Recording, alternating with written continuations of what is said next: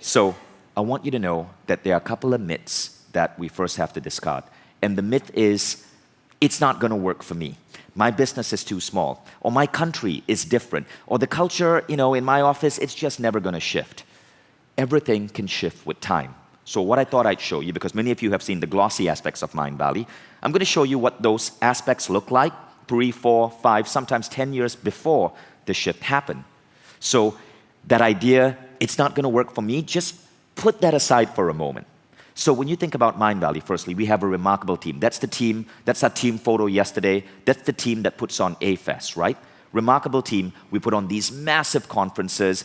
Amazing people come from all around the world. 5-star resort, incredible speakers like Jay Shetty and Ben Greenfield.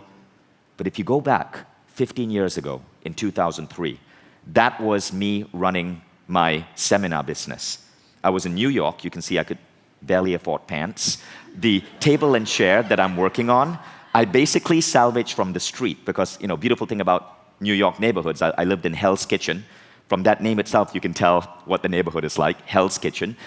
People, when they were done with furniture, they'd just put them out on the street side, and then other friendly neighbors would adopt that furniture. So that is an IKEA table. It's called the lack table, L-A-C-K. Even the name of the table symbolizes a lack of abundance. I kid you not, that table is actually called the lack, L-A-C-K. Go Sweden. The chair, likewise, I found it on the street. And what I was doing back then is I was teaching meditation classes. So I would teach one class every month to around 20 to 30 people. That was it. I did that for 5 years.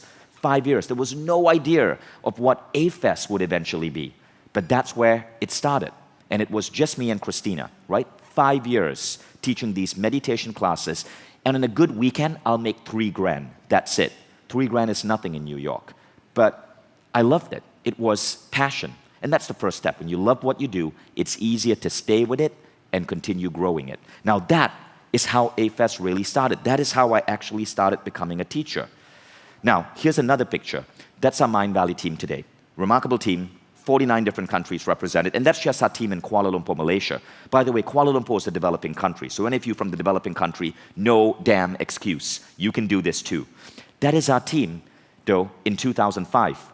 You can tell how old that picture is from the iMac on the desk. You can see, I don't know why we are posing with books and binders. I think maybe it's to make us look more intelligent. This is the Hall of Awesomeness. We have our own auditorium in the hottest neighborhood in Kuala Lumpur. When a new employee joins, they take what is called an oath of awesomeness on a statue of Wonder Woman. That's the auditorium now. It seats 150 people. We have had world leaders come and visit. But that's the auditorium 10 years ago. You can see that guy is taking an oath of awesomeness on it's not even a real now we have a custom designed Wonder Woman statue. That's basically a souvenir product I brought from a market in Greece and I painted to look like Wonder Woman. You can see our whiteboard and our projector are basically the same thing, and the plant behind my butt has precisely 8 leaves. We couldn't afford a plant with more than 8 leaves. So again, you got to start somewhere, right? That is our office. Our offices win awards. They are beautiful pieces of interior design. That's our office that we opened up in 2012, inspired by Jules Verne and steampunk. But that's our office in 2005, just 7 years earlier. It's like, you can see that poor lady is using a couch as her chair and her chair as her table. I don't know what was going on there. Maybe lack of tables, lack of chairs. Maybe we just didn't know the proper way it worked. That's a Christmas card we sent our authors in 2012. That was the Christmas card in 2003.